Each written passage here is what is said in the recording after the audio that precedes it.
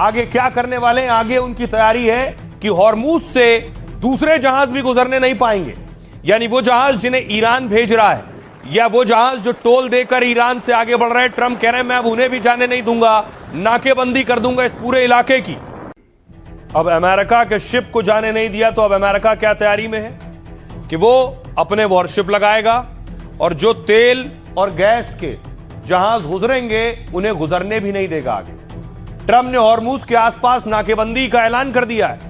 इसके तहत अमेरिका समंदर में 2 बड़े काम करने वाला है। नाकेबंदी के तहत पहला काम उन जहाजों को रोकना होगा जो ईरान को टोल टैक्स देकर हॉर्मूज स्ट्रेट पार कर रहे हैं। नाकेबंदी में दूसरा काम ईरान के बंदरगाहों की घेराबंदी करना होगा, यानी ईरान जिन बंदरगाहों से तेल भेजता है उन्हें ठप करना है। ट्रंप के मुताबिक नाकेबंदी आज शाम 7:30 बजे शुरू हो जाएगी, जिसके लिए अमेरिकी जहाज और नौसैनिक एक्शन मोड में। अमेरिकी सेंट्रल कमांड ने नाकेबंदी को लेकर बताया है कि ईरानी बंदरगाहों की ओर आने जाने वाले सभी जहाज रोके जाएंगे। इस नाकेबंदी में ईरान के सभी प्रमुख बंदरगाह निशाने पर हैं। इसमें फारस की खाड़ी और ओमान सागर भी मौजूद है बंदरगाह उसका। ईरान का सबसे बड़ा बंदरगाह बंदर अब्बास खाड़ी के मुहाने पर है, जो सालाना 3.7 करोड़ टन माल और 10 लाख कंटेनर इधर से उधर भेजता है। यहां से तेल, स्टील, खाद, अनाज और उपकरणों का कारोबार होता है। कि अमेरिका की हॉर्मूज पर नाकेबंदी के ऐलान का असर पूरी दुनिया पर दिखेगा। इस समुद्री मार्ग से जहाजों की आवाजाही लगभग ठप हो गई। समुद्री खुफिया फर्म लॉयड्स लिस्ट के मुताबिक ट्रैफिक रुक गया है यहां पूरी तरह से और कई जहाजों ने रास्ता बदल लिया है, वापस लौट गए बहुत से जहाज। यह हकीकत। अब देखिए जरा ट्रंप कहां कहां की नाकाबंदी करेंगे, यानी उस पूरे इलाके में जहां जहां बंदरगाह है, पोर्ट है, उन्हें लॉक कर देंगे। वहां से ऑयल वेसल और गैस नहीं निकलने पाएगा। मैं आपको बताऊं कहां कहां से ये बंदरगाह है। सबसे पहले देखिए ईरान के पास जो बंदरगाह है वो है बंदर अब्बास, जास, शाहिद रजाई, बंदर लंगे, बुशर पोर्ट और खार्ग आइलैंड। ये ईरान के पास बंदरगाह इन्हें लॉक कर देगा। यूएई का तेल गैस जहां से जाता है, क्योंकि अगर इस तरफ से खलीफा पोर्ट और जबेल अली से आएगा तो ये हॉर्मूज का कर्व देख रहे हैं, यहां से घूमता हुआ आएगा, ईरान जाने नहीं देगा। इसके अलावा मीना, राशिद और पोर्ट खालिद से आएगा तो परेशानी होगी। फुजैरा है, फुजैरा से आ सकता है बिना हॉर्मूज से गुजरे। अगला पोर्ट देखिए सऊदी अरब में रास तनूरा, दम्माम और किंग फहद है। क्या ये सब रोक दिए जाएंगे यहां से जाने वाले जो जहाज हैं? ओमान में खसाब है। अमेरिका क्या यहां पर वॉरशिप लगाकर बाकियों की नाकेबंदी करेगा? कतर में देखिए रास लफान और खसाब है। इन सारे बंदरगाह पर क्या ट्रंप अपने वॉरशिप तैनात कर देंगे? कुवैत में देखिए जरा शुवाइक, शोएब और मीना अल अहमदी। ट्रंप की कोशिश यह है। इराक में देखिए अल बासरा और कसर। यहां से जो शिप निकल रहे हैं, यानी गैस का जहाज हो, तेल लेकर जाने वाला जहाज हो, चाहे वो यूएई से हो, कुवैत से हो, कतर से हो, ओमान से हो, बहुत से ऐसे जिन्हें निकलने दे रहा है ईरान, अमेरिका उन्हें भी रोकेगा। सुनिए जरा एक्सपर्ट क्या कहते हैं। अमेरिका उसको ब्लॉकेट करेगा। अब ब्लॉकेट करेगा तो क्या होगा? तो मींस ये जो स्टेट ऑफ हॉर्मोज है ये बंद हो जाएगी। इसमें फर्क किसको पड़ेगा? Kuwait, Bahrain, Qatar, UAE, Saudi Arabia. इनके पास यहां पे 3 ऑयल लाइंस हैं। शेल लाइन है, एडीकॉप लाइन है और एक ईस्ट वेस्ट लाइन है। हालांकि $20 मिलियन पर डे की जो आमद रफत है स्टेट ऑफ हॉर्मोज से, वो इनसे पूरी नहीं हो सकती, परंतु फिर भी उनके पास रिलीफ है। और ईरान के पास एक ही पाइपलाइन है जो बंदर अब्बास और शबार के बीच में है। अब अगर ये बात होती है तो दोनों कंट्रीज जो है एक दूसरे के ऊपर उनकी पाइपलाइंस के ऊपर अटैक करेंगे। तो जहां तक गल्फ कंट्रीज का सवाल है, उनकी pipelines are well protected because they got better forces with better air defence, जबकि ईरान के पास एयर डिफेंस चीज नहीं है। तो इसमें ईरान का नुकसान ही होगा। तो मैं ये कहूंगा कि उस स्टेज पे जाने से ईरान को चाहिए इस ब्रह्मास्त्र को यूज करे as a diplomatic table tool, not as a final tool. अब देखिए ईरान ने हॉर्मूज बंद किया, अमेरिका नाकेबंदी करने जा रहा है। यमन में जो हूती हैं, हूती कह रहे हैं एक और रूट है तेल का, वो रूट है,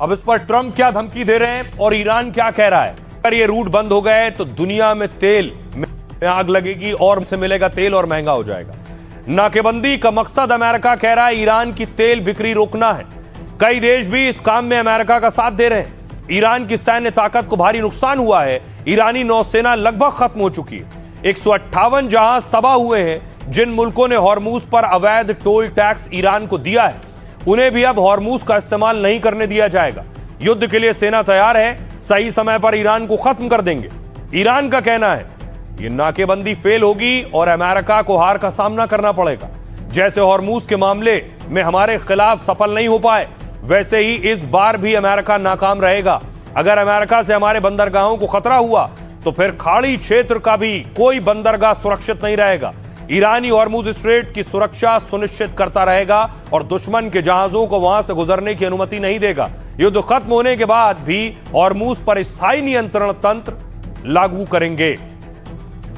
सुनिए जरा डोनाल्ड ट्रंप क्या कह रहे हैं और ईरान के सिक्योरिटी चीफ क्या कह रहे हैं। हॉर्मूज स्ट्रेट में दाखिल होने वाले सभी जहाजों को एक नए कंट्रोल सिस्टम के तहत टोल देना ही होगा। पर्यावरण सुरक्षा, सिक्योरिटी और सर्विसेज पर आधारित इस नए कंट्रोल सिस्टम में टोल तय किए गए हैं। कोई भी जहाज जो दाखिल होना चाहता है उसे टोल देना ही होगा। सरकार को राष्ट्रीय हितों के आधार पर हॉर्मूज स्ट्रेट के पूरी तरह से प्रबंधन और इसके नियंत्रण के लिए एक सिस्टम बनाना होगा। हमारी नाकेबंदी लागू होने जा रही है। दूसरे देश भी काम कर रहे हैं ताकि ईरान तेल ना बेच पाए और ये बहुत ही असरदार होगा। लेकिन हम जो करना चाहते हैं वो ये है कि मैं फिर से कहूंगा कि हमें इसकी जरूरत नहीं है। हम जो देख रहे हैं, जो नजर आ रहा है और जो मैं सोचता हूँ, हो सकता है कि यह मेरा विचार हो या फिर शायद ना हो, मुझे नहीं पता। लेकिन कई नावें हमारे देश की तरफ आ रही हैं ताकि तेल भर सकें और उसे ले जा सकें।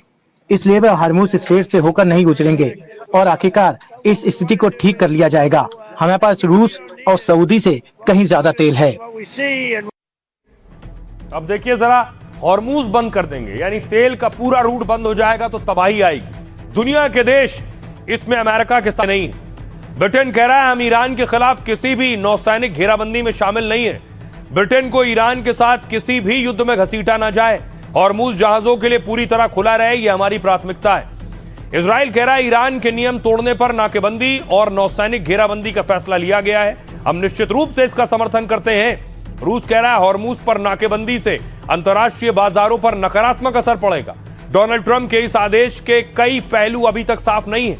ऑस्ट्रेलिया कह रहा है अमेरिका से नाकेबंदी में शामिल होने का कोई अनुरोध नहीं मिला है। हम सिर्फ अंतर्राष्ट्रीय समुद्री कानून के पक्ष में हैं। चीन का कहना है ईरान हॉर्मूज को नियंत्रित करता है और यह हमारे लिए खुला है। ईरान के साथ हमारे व्यापार और ऊर्जा समझौते हैं। हम उनका सम्मान करते हैं और अपेक्षा करते हैं कि अन्य लोग हमारे मामलों में दखल न दें। तुर्की का कहना है हॉर्मूज का विवाद भविष्य में कूटनीतिक रास्तों से सुलझा लिया जाएगा। ईरान यूएस के बीच बातचीत बढ़ाने के लिए 60 दिन का युद्ध विराम होना चाहिए। सुनिए अमेरिकी राष्ट्रपति क्या कह रहे हैं और दुनिया के नेता क्या कह रहे हैं। हम राष्ट्रपति ट्रंप के ईरान पर समुद्री नाकेबंदी के सख्त रूप का समर्थन करते हैं। हम अमेरिका के साथ लगातार समन्वय में हैं। मेरी उपराष्ट्रपति जेडी वेंस से बात हुई। मुख्य मुद्दा है समृद्ध यूरेनियम को हटाना और यह सुनिश्चित करना कि आगे कोई यूरेनियम संवर्धन ना हो। हमारे विदेश मंत्री ने भारत को 5 मित्र देशों में शामिल बताया है। भारतीय जहाजों के लिए हमारी भारत सरकार के साथ अच्छी दोस्ती और संबंध है। हम चाहते हैं कि भारतीय जहाजों के लिए बेहतर तैयारी और सुरक्षित व्यवस्था हो। स्टेट ऑफ हॉर्मूज में रुकावट का कारण ईरान वॉर है। इसका समाधान केवल तुरंत संघर्ष विराम और शत्रुता समाप्त करने में ही होगा। हमें मदद करने के लिए नहीं कहा गया है। हमने जो किया है वह है लगातार सहायता देना। हम चाहते हैं कि तनाव कम हो, आम नागरिकों की जान का नुकसान बंद हो, नागरिक इंफ्रास्ट्रक्चर को होने वाला नुकसान रुके और सबसे जरूरी बात यह कि हॉर्मूज स्ट्रेट में जहाजों की आवाजाही बिना किसी रोक टोक के फिर से शुरू हो जाए। अमेरिकी राष्ट्रपति ने हॉर्मूज की नाकेबंदी की घोषणा की है। इसके परिणाम स्वरूप तेल की कीमतें रातों रात $100 प्रति बैरल से ऊपर पहुंच गईं। इससे ये पता चलता है कि यह संघर्ष, यह युद्ध ही उस समस्या का असली कारण है जिसका सामना हम अपने देश में भी कर रहे हैं। और इसीलिए मैं एक बार फिर से स्पष्ट रूप से कहना चाहता हूं, इस युद्ध को समाप्त करने की दिशा में काम करने के लिए हम पूरी शक्ति से हर संभव प्रयास करेंगे। मैं नाटो से बहुत निराश हूं। हमने रूस के खिलाफ नाटो की सुरक्षा पर खरबों डॉलर खर्च किए, लेकिन जब हमें जरूरत थी तो वो हमारे साथ नहीं थे। मैं लंबे समय से इसे थोड़ा अजीब मानता रहा हूं और इसकी गंभीर समीक्षा होगी। तो रही अब आपको बताऊं कि आखिर ट्रंप ने कहा तेल जहां से आता है हॉर्मुज उसकी नाकेबंदी कर देंगे, जिससे सीधा असर बाजार पर पड़ा है। सोना चांदी तनाव के चलते आज सोने चांदी की कीमतों में गिरावट दर्ज की गई। चांदी करीब 3,000 रुपए तो सोना 316 रुपए सस्ता हो गया। 1 किलो चांदी 2,37,000 और 10 ग्राम 24 कैरेट सोना 1.5 लाख का। ईरान जंग से 45 दिन में सोना 9,000 रुपए गिरा है, जबकि इस 1.5 महीने के दौरान चांदी 30,000 रुपए नीचे गई है। अब देखिए बाजार का हाल। आज सेंसेक्स 703 अंक गिरकर 76,848 पर बंद हुआ। निफ्टी भी 208 अंक फिसलकर 23,870 पर बंद हुआ। पाकिस्तान में शेयर बाजार में हालात देखिए। ट्रंप के ऐलान से पाकिस्तानी मार्केट में कोहराम मच गया। कराची स्टॉक एक्सचेंज 7,000 अंक से ज्यादा गिर गया था। अमेरिका में डाउ जोन्स 269 अंक गिरकर 47,917 पर पहुंच गया। नेस्डेक में भी 80 अंकों की गिरावट हुई है, 22,903 पर आ गया। हांगकांग का हैंगसेंग 233 अंक की गिरावट के साथ 25,661 पर आ गया। जापान का निक्केई 421 पॉइंट गिरकर 56,503 पर आ गया। क्रूड ऑयल पर देखिए क्या असर पड़ा। ट्रंप की नाकेबंदी का ऐलान किया तो तेल कीमतें 8% बढ़ गईं। सुबह बाजार खुलते ही कीमतें $100 प्रति बैरल के पार हो गईं, जो शाम 5 बजे तक $104 प्रति बैरल तक आ गई। दावा है कि ऐसा रहा तो कच्चे तेल की कीमतें $150 तक भी पहुंच सकती हैं। सुनिए जरा, ट्रंप ने अगर हॉर्मुज बंद कर दिया तो क्या होने वाला है, मार्केट एक्सपर्ट क्या कह रहे हैं। कहीं ना कहीं एक नेगेटिव सेंटिमेंट इसलिए फिलहाल अभी रहा है कि डील हुई नहीं, और अब देखना है कि आगे चल के क्या हॉस्टिलिटी फिर से बढ़ती है या नहीं बढ़ती, वो देखना है। सेकेंड थिंग कि जो स्ट्रेट ऑफ हॉर्मुज पे यूएस नेवी का ब्लॉकेड की बातें आ रही हैं, तो वो भी एक नेगेटिव सेंटीमेंट क्रिएट कर रहा है, क्योंकि उसकी इम्पैक्ट डायरेक्ट हमारे एक्सपोर्ट जो खाड़ी के देश में उस पे होगी, ऑयल इंपोर्ट में होगी। तो अब देखना है कि ये क्या इसका आउटकम होता है। इन शॉर्ट सिचुएशन थोड़ी सी फ्लूइड है, लेकिन मैं ये जरूर कहूंगा कि जो 30-40 दिन की वॉर या जो भी कहो, उसके बाद सिचुएशन थोड़ी सी इंप्रूव होती हुई दिखाई दे रही है। और मैं मानता हूं कहीं ना कहीं जब दोनों पक्ष बातें कर रही हैं तो सूनर और लेटर एक डील हो सकती है। अब इस बीच खबर यह आई है कि ईरान का जो अंडरग्राउंड हथियारों का जखीरा जहां मौजूद था, उस जगह अमेरिका ने अटैक किया है और उसके बाद वो तबाह हो गया है। अंडरग्राउंड जहां ईरान अपने फाइटर रखता था, इस सुरंग के अंदर देखिए किस तरह की जगह थी ये।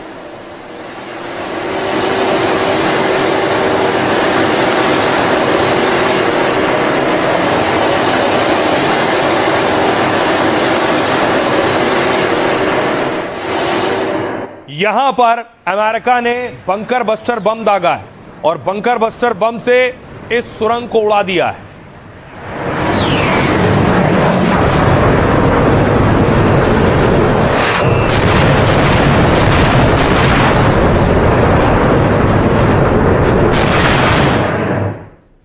अब देखिए अगली तस्वीर आपको दिखाऊं, सैटेलाइट तस्वीर, जो धमाके की तस्वीर है टनल को उड़ाने की। यह है वो तस्वीर, यहीं पे टनल थी और उसके बाद देखिए कैसे यहां धमाका हुआ।